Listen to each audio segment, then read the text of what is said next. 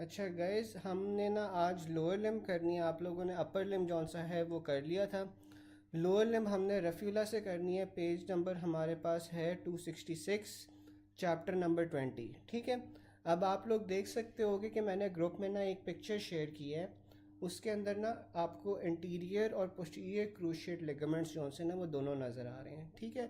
Before we go on the theory, हम एक चीज़ ये इस्टेब्लिश कर लें कि जब इंटीरियर क्रूशिएट लिगामेंट डिस्प्लेस होता है ना, तो इंटीरियर क्रूशिएट लिगामेंट के डिस्प्लेस होने से आपके पास क्या होता है कि टिबिया आगे चली जाती है और फीमर जौन सी है ना वो आपके पास पीछे चली जाती है। ठीक है।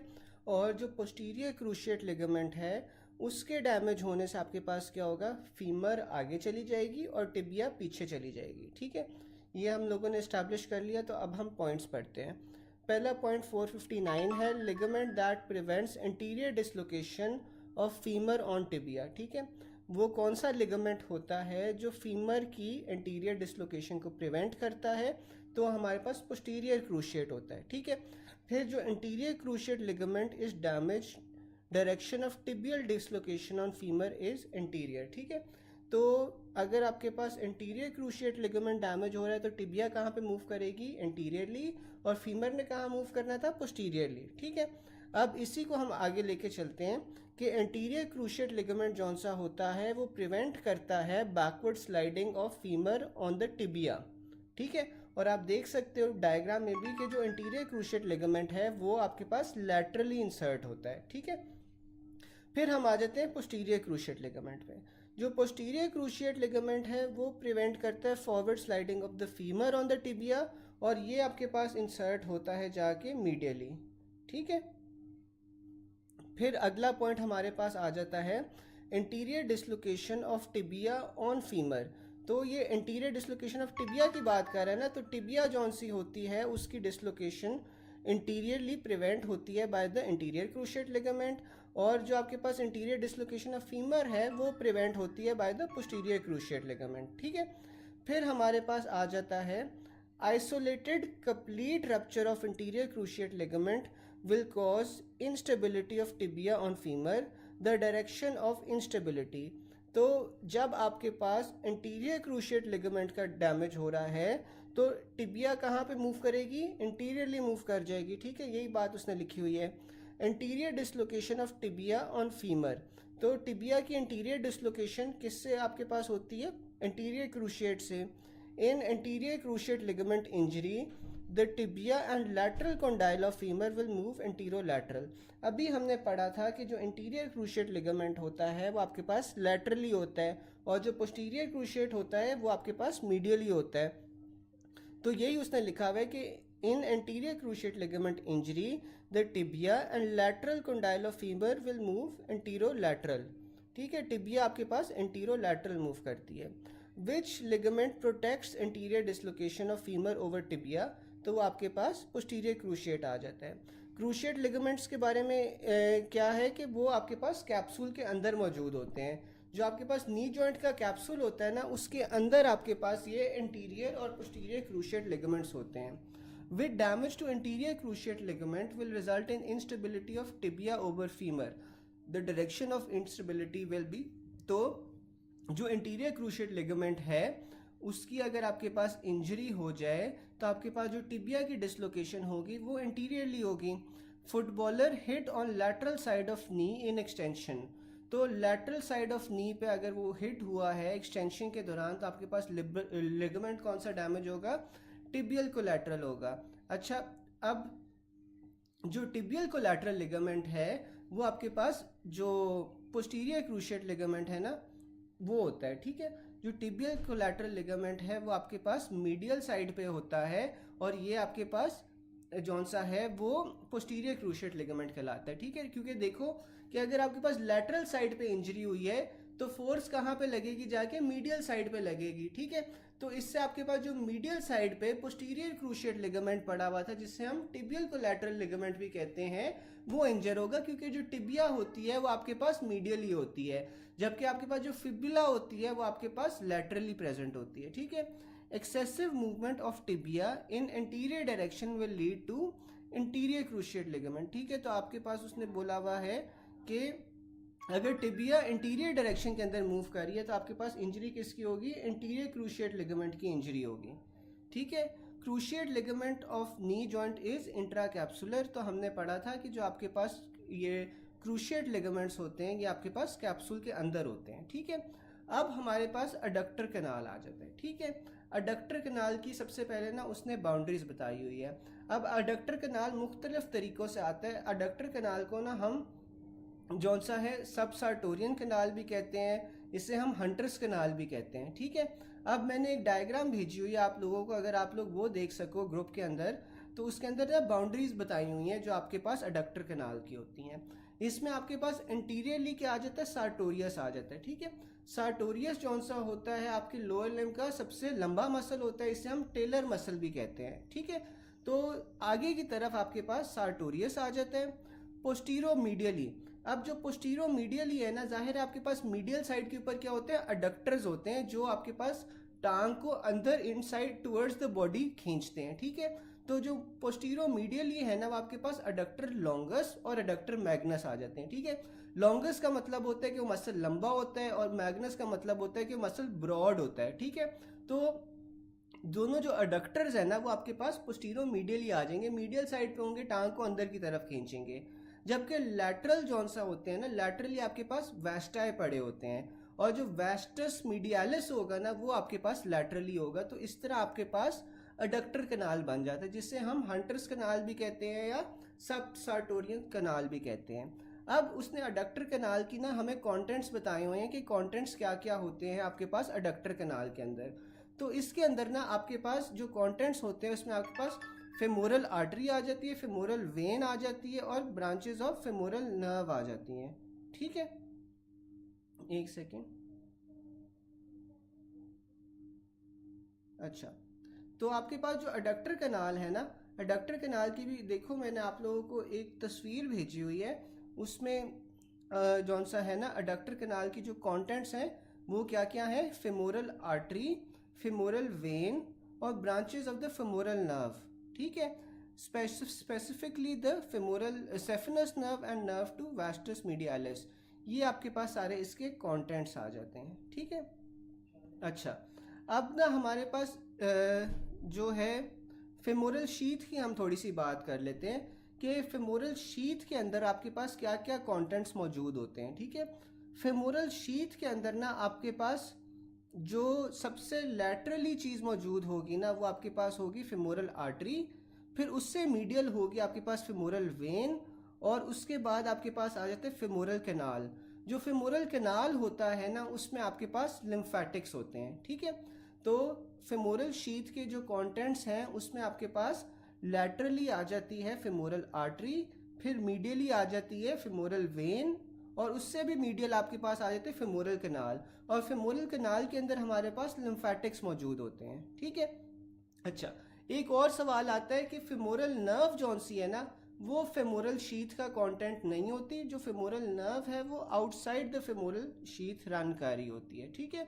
अब जो आपके पास, बल्कि आगे जाके हम पढ़ भी लेते हैं, अब एमसीक्यूज हम देख लेते हैं इसमें क्या क्या है। Innervation to birth canal is by inferior hypogastric plexus is greater than pudendal nerve, ठीक है। तो आपके पास जो बर्थ कनाल है वो इनर्वेट कैसे होता है, इंफीरियर हाइपोगैस्ट्रिक प्लेक्सिस से which is greater than pudendal nerve. Pus in the adductor canal can affect which neighbouring structure.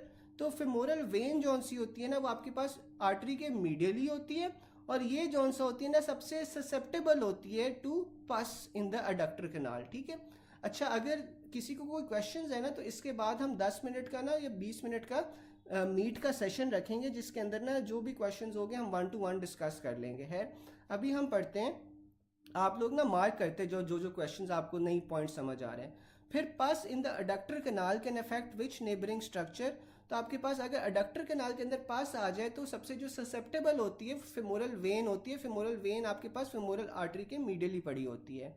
फिर आ रहा है structure most likely to be affected by pus in the adductor canal, तो हमारे पास वो femoral vein थी।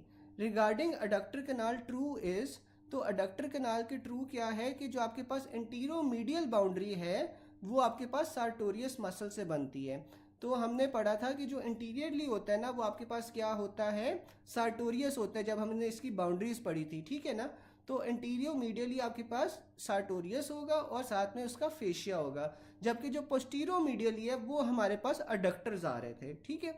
फिर अगला पॉइंट आ जाता है, 5 year old child presented with unilateral cryptorchidism and testes is present outside the scrotum, ठीक है, within the inguinal canal, which of the following is likely to occur in this child, तो वो malignancy होगी।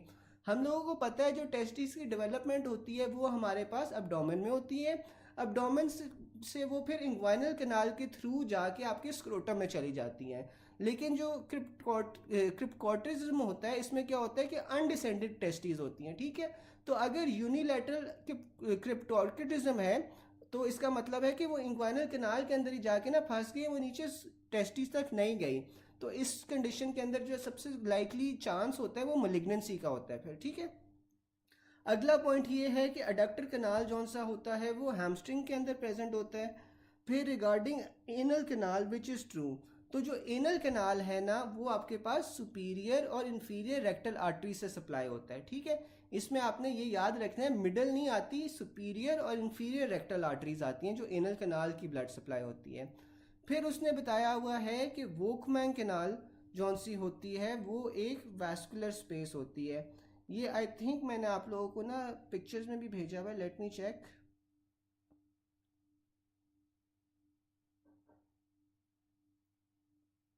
मुझे एक second दें।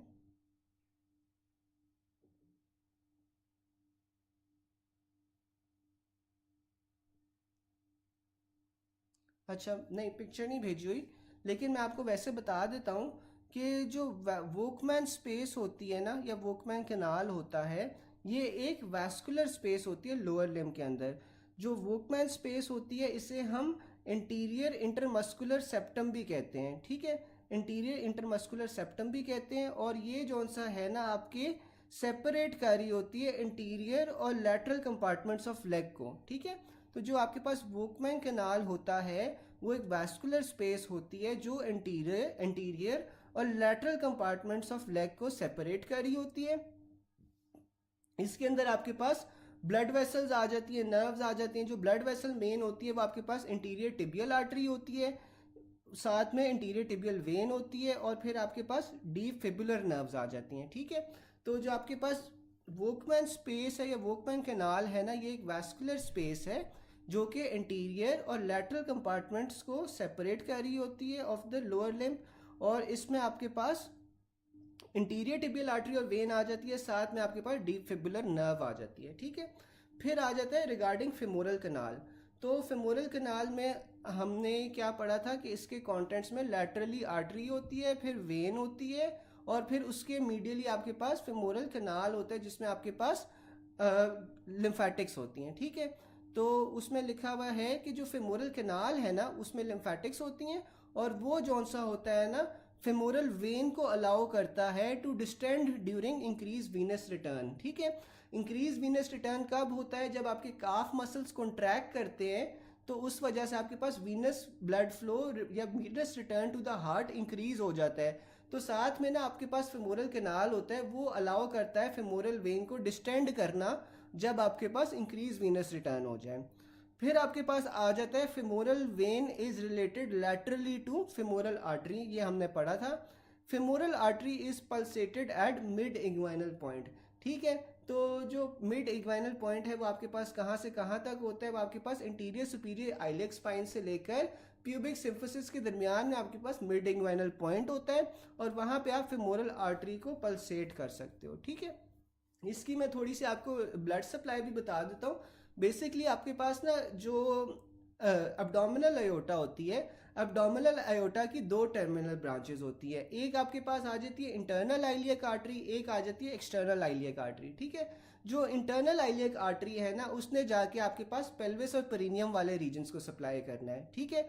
और जो एक्सटर्नल आइलियक आर्टरी है ना that continues in the leg, और वो आपके पास फेमोरल आर्टरी बन जाती है। फेमोरल आर्टरी आपके पास वो कहाँ पे बनती है, वो जब इंग्वाइनल लिगामेंट से पास कर रही होती है ना तो उसके नीचे नीचे हम उसे फिर फेमोरल आर्टरी कहते हैं, ठीक है। और मिड इंग्वाइनल पॉइंट के ऊपर ना हम फेमोरल आर्टरी को पल्सेट करते हैं। फिर अगला वाला पॉइंट हमारे पास आ जाता है 462 कि नेक of femur is supplied by medial and lateral circumflex arteries. तो जो आपके पास नेक ऑफ फीमर होती है ना, वो मीडियल और लैटरल सर्कमफ्लेक्स आर्टरी से सप्लाई होती है, जबकि आपके पास जो हेड ऑफ फीमर है अडल्ट्स के अंदर वो आपके पास सप्लाई होता है बाय द रेटिनैक्युलर आर्टरी। ठीक है, neck of femur is supplied by medial and lateral circumflex artery.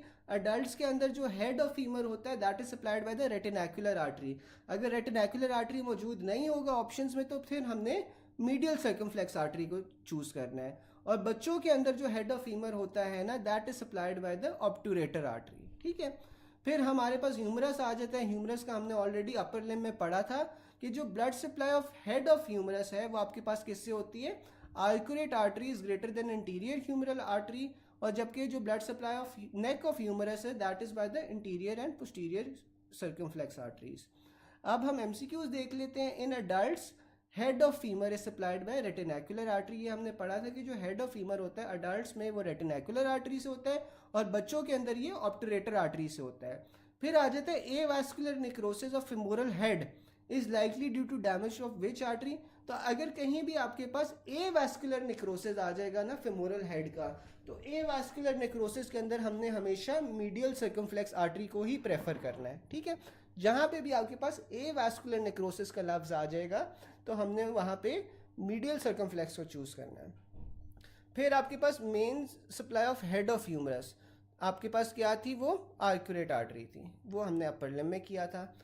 फिर ना हम पिलर्स देख लेते हैं फुट के। ठीक है, पिलर्स की भी मैंने आप लोगों को जौन सा है ना वो तो डायग्राम भेजी हुई है, तो आप काइंडली वो डायग्राम खोल लें, हम उससे पिलर्स ऑफ फुट पढ़ लेते हैं। ठीक है, अब हमारे पास ना तीन तरह की आर्चेस होती हैं। एक हमारे पास होती है मीडियल लॉन्गिट्यूडनल आर्च, एक हमारे पास होती है लैटरल लॉन्गिट्यूडनल आर्च, और तीसरी हमारे पास होती है ट्रांसवर्स आर्च जो मीडियल और लॉन्गिट्यूडनल आर्चेस को आपस में मिला रही होती है। ठीक है, तो मीडियल लॉन्गिट्यूडनल आर्च जौन सी होती है ना वो आपके पास कैसे बनती है, सबसे पीछे आपके पास कैल्केनियम आ जाती है, कैल्केनियम के बाद हमारे पास टेलस आ जाती है, टेलर्स के बाद हमारे पास नेविकुलर बोन आ जाती है। ठीक है, नेविकुलर बोन के बाद आपके पास फिर तीन क्यूनिफॉर्म बोन्स आती हैं और उसके बाद आपके पास पहली तीन मेटाटार्सल्स आ जाती हैं। ठीक है, ये सारी मिला के आपके पास जौन सा होता है ना मीडियल लॉन्गिट्यूडनल आर्च बनाती हैं, और ये जो सीक्वेंस में बता रहा हूँ ये पीछे से आगे तक का है। ठीक है, फिर आपके पास आ जाती है इंटीरियर पिलर में हमारे पास मीडियल तीन मेटाटार्सल बोन्स आ जाती हैं। जो मीडियल लॉन्गिट्यूडनल आर्च होता है उसके इंटीरियर पिलर के अंदर हमारे पास मीडियल तीन जो मेटाटार्सल्स होती हैं वो आ जाती हैं, जबकि जो पोस्टीरियर पिलर है उसमें हमारे पास कैल्केनियम आ जाती है। अगर कोई की स्टोन पूछ ले तो की स्टोन आपके पास जौन सा है ना वो टैलस होता है of the medial longitudinal arch. फिर हमारे पास लैटरल लॉन्गिट्यूडनल आर्च आ जाती है। जो लैटरल लॉन्गिट्यूडनल आर्च है ना वो आपके पास पीछे की साइड पे बन रही होती है कैल्केनियम से। कैल्केनियम के बाद आपके पास क्यूबॉइड आ जाता है और क्यूबॉइड के बाद आपके पास फोर्थ और फिफ्थ मेटाटार्सल बोन्स आ जाती हैं। ठीक है, तो ये आपके पास जौन सा होता है ना लैटरल लॉन्गिट्यूडनल आर्च बना रही होती हैं। इसमें जो इंटीरियर पिलर है वो आपके पास बन रहा होता है फोर्थ और फिफ्थ मेटाटार्सल से। ठीक है, जबकि आपके पास जो मीडियल लॉन्गिट्यूडनल आर्च है उसमें आपके पास मीडियल तीन मेटाटार्सल्स आ रही थी। अब इसमें जो पोस्टीरियर पिलर है वो अगेन कैल्केनियम से बनता है और इसमें जो की स्टोन होता है वो टैलस होता है। फिर हमारे पास ट्रांसवर्स आर्च आ जाती है। जो ट्रांसवर्स आर्च है वो मीडियल और लैटरल लॉन्गिट्यूडनल आर्चेस को आपस में कनेक्ट कर रही होगी। इसमें आपके पास सारी मेटाटार्सल बोन्स आ जाती हैं, क्यूबॉइड आ जाती है और तीन क्यूनिफॉर्म बोन्स आ जाती हैं। ठीक है ना, तो इसमें आपके पास सारी की सारी जौन सी हैं वो मेटाटार्सल्स आ जाएंगी, क्यूबॉइड आ जाएगी from the lateral longitudinal arch, और जो तीन क्यूनिफॉर्म बोन्स हैं वो आ जाएंगी from the medial longitudinal arch. तो ये आपके पास जौन सा है ना ट्रांसवर्स आर्च बना रही होती हैं। फिर आपके पास आ जाता है main support of medial longitudinal arch, आपके पास आ जाता है कैल्केनियो नेविकुलर लिगामेंट। ठीक है, तो जो कैल्केनियो नेविकुलर लिगामेंट होता है ना वो आपके पास मेन सपोर्ट प्रोवाइड कर रहा होता है to the medial longitudinal arch. जो कैल्केनियो नेविकुलर लिगामेंट होता है इससे हम स्प्रिंग लिगामेंट भी कहते हैं, which you can appreciate on the diagram as well. ठीक है, फिर आपके पास आ जाता है main pillar of medial longitudinal arch of foot posteriorly by आपके पास कैल्केनियम आ जाती है। Posterior pillar of lateral longitudinal arch भी आपके पास कैल्केनियम आ जाती है। जो मेन पिलर होता है लैटरल लॉन्गिट्यूडनल आर्च का वो आपके पास कैल्केनियम होता है, जबकि आपके पास जो मेन पिलर या keystone of medial longitudinal arch होता है वो टेलस होता है। अगर वो पूछ ले कि सपोर्टिंग बोन कौन सी है तो वो कैल्केनियम है। Which of the following bone has no muscle attachment. तो ये टेलस कौन सी होती है ना, ये वाहिद बॉडी की बोन होती है जिसके अंदर आपके पास कोई मस्कुलर अटैचमेंट नहीं होती, ठीक है। तो टेलस के अंदर हमारे पास कोई मस्कुलर अटैचमेंट नहीं होती। फिर हमारे पास आ जाता है पॉइंट नंबर 464। 464 में वो ये कहता है कि ई वर्जन जौन सी होती है ना, that is done by the peroneus longus. तो ई वर्जन के अंदर ना आपने हमेशा सेकंड रूल याद रखना है, इन्वर्जन ई वर्जन दोनों में। जो इन्वर्जन होती है ना that is by the tibialis anterior और टिबियालिस पोस्टीरियर। तो सेकंड रिलेटरल रूल हमें क्या बता रहा है कि आई से आपके पास इन्वर्जन होती है और टिबियालिस इंटीरियर टिबियालिस पोस्टीरियर दोनों के सेकंड लेटर्स में आपके पास आई आता है, ठीक है ना। तो inversion is caused by tibialis anterior and tibialis posterior, जबकि जो ई वर्जन है ना, eversion is caused by peroneus longus, peroneus brevis and peroneus tertius. इन तीनों के सेकंड लेटर्स में हमारे पास ई आ रहे हैं। तो ई वर्जन हमारे पास जौन सा होता है पेरोनियस लॉन्गस, पेरोनियस ब्रेविस और पेरोनियस टर्शियस करवा रहे होते हैं, ठीक है। फिर हमारे पास आ जाता है डॉर्सीफ्लेक्शन। डॉर्सीफ्लेक्शन क्या होता है कि टोज आपके अपवर्ड पॉइंट करें, और प्लांटर फ्लेक्शन क्या होता है कि आपके टोज डाउनवर्ड पॉइंट कर रहे होंगे, ठीक है। प्लांटर फ्लेक्शन से ऐसे याद रख लो कि आपके पास कोई प्लांट का अगर आपको कांटा छुपता है तो वो आपको नीचे वाली साइड पर छुपेगा ना, तो टोज पॉइंटिंग डाउनवर्ड्स आपके पास प्लांटर फ्लेक्शन होंगे, जबकि टोज पॉइंटिंग अपवर्ड्स हमारे पास डॉर्सीफ्लेक्शन होगा। फिर inversion and eversion takes place at the tarsal joints not at the ankle joint. तो जो टार्सल जॉइंट था ना उसके ऊपर आपके पास ये इन्वर्जन और इवर्जन हो रही होती है, एंकल जॉइंट के ऊपर नहीं हो रही होती। Note that dorsiflexion is performed by tibialis. अच्छा, अब डॉर्सीफ्लेक्शन आ गई। डॉर्सीफ्लेक्शन हमने क्या पढ़ा था कि टोज पॉइंटिंग अपवर्ड्स होते हैं। तो डॉर्सीफ्लेक्शन जौन सी होती है ना वो परफॉर्म होती है by tibialis anterior. Tibialis anterior के साथ साथ आपके पास extensor hallucis longus, extensor digitorum longus और पेरोनियस टर्शियस, ठीक है। तो एक आपके पास आ गया टिबियालिस इंटीरियर, दूसरा आपके पास एक्सटेंसर हॉलिसिस लॉन्गस क्या करेगा, वो ये आपके टो को जौन सा ना वो एक्सटेंड करेगा। हल्यूसिस जहाँ भी आ जाए आपने टो को याद रखना है, ठीक है। और एक्सटेंसर हॉल्यूसिस लॉन्गस है तो इसने टो को एक्सटेंड करना है। फिर आपके पास एक्सटेंसर डिजिटोरम लॉन्गस है, जो एक्सटेंसर डिजिटोरम लॉन्गस है उसने बाकी सारी डिजिट्स को एक्सटेंड करना है। और फिर आपके पास पेरोनियस टर्शियस आ जाता है, ठीक है। तो हमने टिबियालिस इंटीरियर और कहाँ पे पढ़ा था, हमने इन्वर्जन में पढ़ा था। पेरोनियस टर्शियस हमने इवर्जन में पढ़ा था। और उसके अलावा फिर वो आ जाते हैं जो मसल्स एक्सटेंड कर रहे होते हैं। एक टो को एक्सटेंड कर रहा होता है उसे हम एक्सटेंसर हॉल्यूसिस लॉन्गस कह देते हैं, एक बाकी सारी डिजिट्स को एक्सटेंड कर रहा होता है उसे हम एक्सटेंसर डिजिटोरम लॉन्गस कह देते हैं, ठीक है। If asked loss of eversion as well as dorsiflexion, तो अगर वो इवर्जन भी पूछ ले और डॉर्सीफ्लेक्शन भी पूछ ले तो आपके पास ये पेरोनियस टर्शियस हो जाएगा, क्योंकि पेरोनियस टर्शियस जौन सा है वो दोनों में आता है, ठीक है। फिर हमारे पास एमसीक्यूज आ जाते हैं। Muscle involve in E version of foot. तो ई वर्जन में हमने सेकंड लेटर रूल याद रखा था, इसमें हमारे पास peroneus longus, peroneus brevis, peroneus tertius तीनों आ जाते हैं।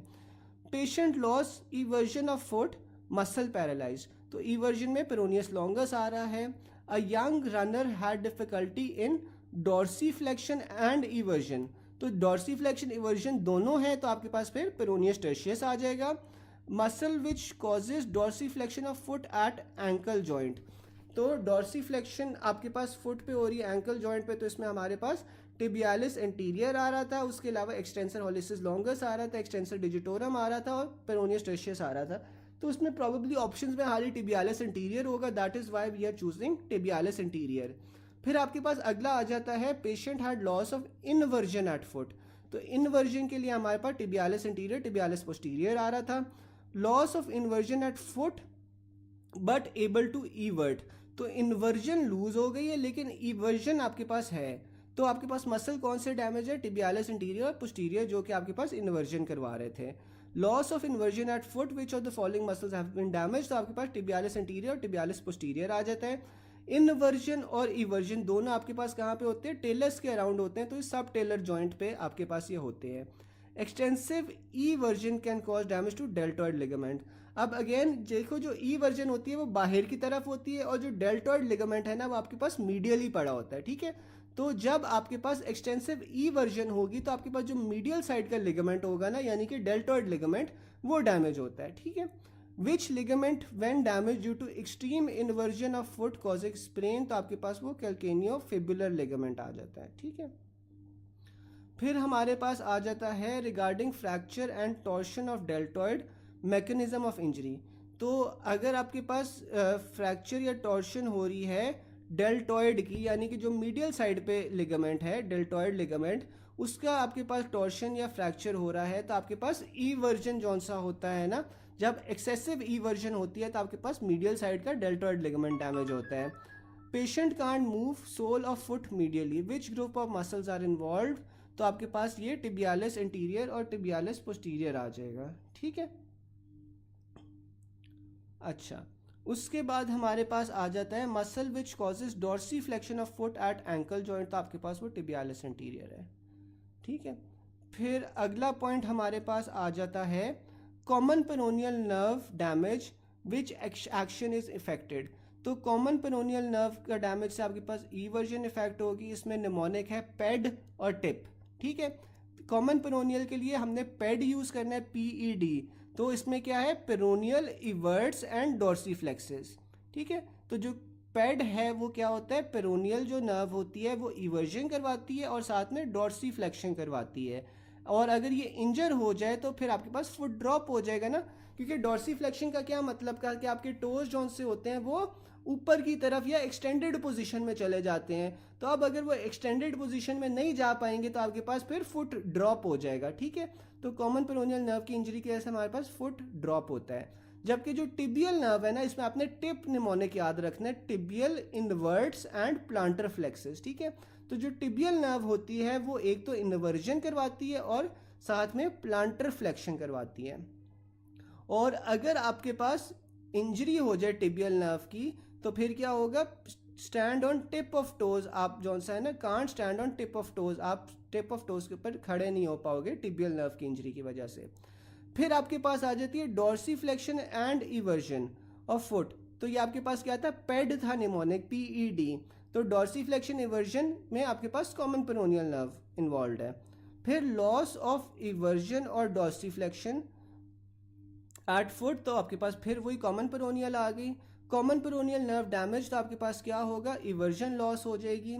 अ patient with history of RTA presented with fracture of fibula neck and foot drop, ठीक है। तो फिबुला के नेक के अराउंड ना आपके पास कॉमन पेरोनियल नर्व गुजरी होती है और कॉमन पेरोनियल नर्व की डैमेज की वजह से हमने पढ़ा था कि फुट ड्रॉप हो जाता है। और ऑन एग्जामिनेशन उसने बता दिया है कि डॉर्सीफ्लेक्शन भी लूज हो रही है and there is loss of sensation on the dorsum of the foot. Dorsum ऊपर वाली साइड होती है फुट की, ठीक है। तो आपके पास नर्व कौन सी डैमेज है, कॉमन पेरोनियल नर्व। फिर आप अगला आपके पास आ जाता है 15-year-old boy is brought to the emergency after fall from his bike, X-ray reveals fracture of head of fibula, ठीक है। तो आपके पास on physical examination foot drop मिला है, तो आपके पास कॉमन पेरोनियल नर्व है जो इंजर हुई है। A patient with history of RTA presents with fracture of neck of fibula and foot drop. On examination there is loss of dorsiflexion and loss of sensation over the dorsum of the foot. तो nerve कौन सी damage है आपके पास, common peroneal है। A footballer had injury in left foot, his foot was everted, ठीक है, eversion हुई है। And on examination found that he has lateral मैल्योलर fracture, ठीक है। तो इवर्जन हुई है, साथ में आपको लैटरल मैल्योलर फ्रैक्चर मिल रहा है। What other finding should be present, तो आपके पास वो क्या होगा, loss of dorsal sensations on foot होगी, ठीक है। अब जो कॉमन पेरोनियल नर्व होती है, या कॉमन पेरोनियल नर्व का ना दूसरा नाम आपके पास होता है कॉमन फिबुलर नर्व भी। और जो फिबुला है वो हमें पता है कि वो लैटरल साइड पे होती है और लैटरल मैल्योलस के पीछे से आपके पास ये कॉमन फिबुलर नर्व, ये कॉमन पेरोनियल नर्व गुजरी होती है। तो इसमें आपके पास loss of dorsal sensation of foot, यानी कि जो फुट की ऊपर वाली सरफेस है ना वहाँ पे लॉस ऑफ सेंसेशंस हो जाएगा अगर आपके पास ये कॉमन पेरोनियल नर्व डैमेज हुई है और ये लैटरल मैल्योलस के पीछे से गुजरी होती है, ठीक है। फिर आपके पास आ रहा है if a foot is permanently dorsiflexed and everted.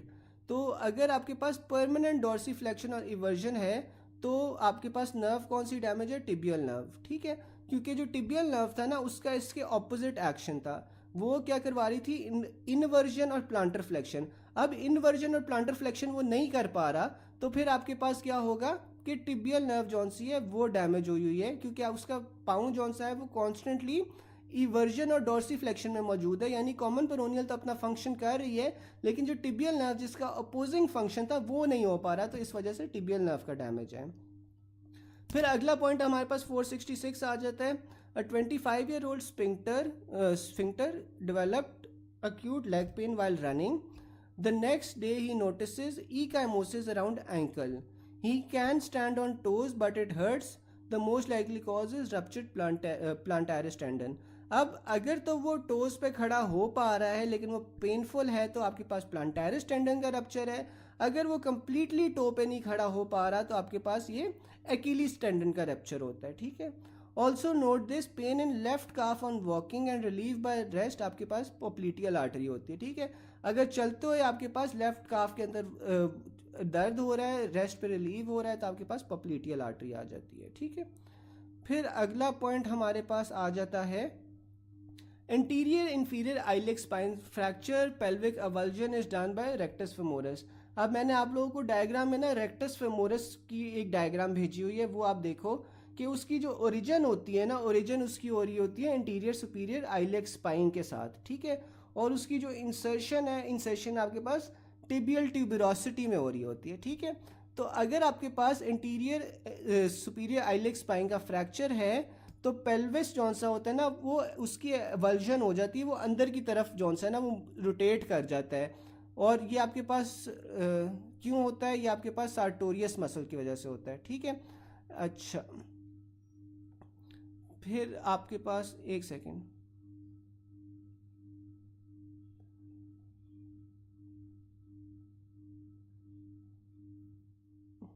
Sorry, ये आपके पास ना रेक्टस फेमोरस मसल की वजह से होगा।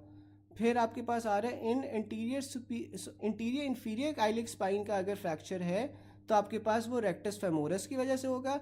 अगर इंटीरियर सुपीरियर आइलिक स्पाइन का फ्रैक्चर है और फिर आपके पास पेल्विक इन्वर्जन हो रही है तो आपके पास सार्टोरियस होगा, ठीक है। Anterior inferior iliac spine, anterior superior iliac spine से आपके पास सार्टोरियस निकल रहा होता है, इंटीरियर इंफीरियर आइलेक स्पाइन से आपके पास रेक्टस फेमोरस निकल रहा होता है, ठीक है। तो अगर इंटीरियर इंफीरियर आइलेक स्पाइन का फ्रैक्चर हुआ, पेल्विस एवल्टेड हो गया यानी कि अंदर की तरफ रोटेट हो गया, तो आपके पास रेक्टस फेमोरस है। अगर इंटीरियर सुपीरियर आइलेक स्पाइन है तो फिर आपके पास सार्टोरियस है। और फिर अगला मैंने ना सॉस मेजर की भी आप लोगों को तस्वीर देखी दी हुई है, उसमें क्या है, version of lesser trochanter of femur, ठीक है।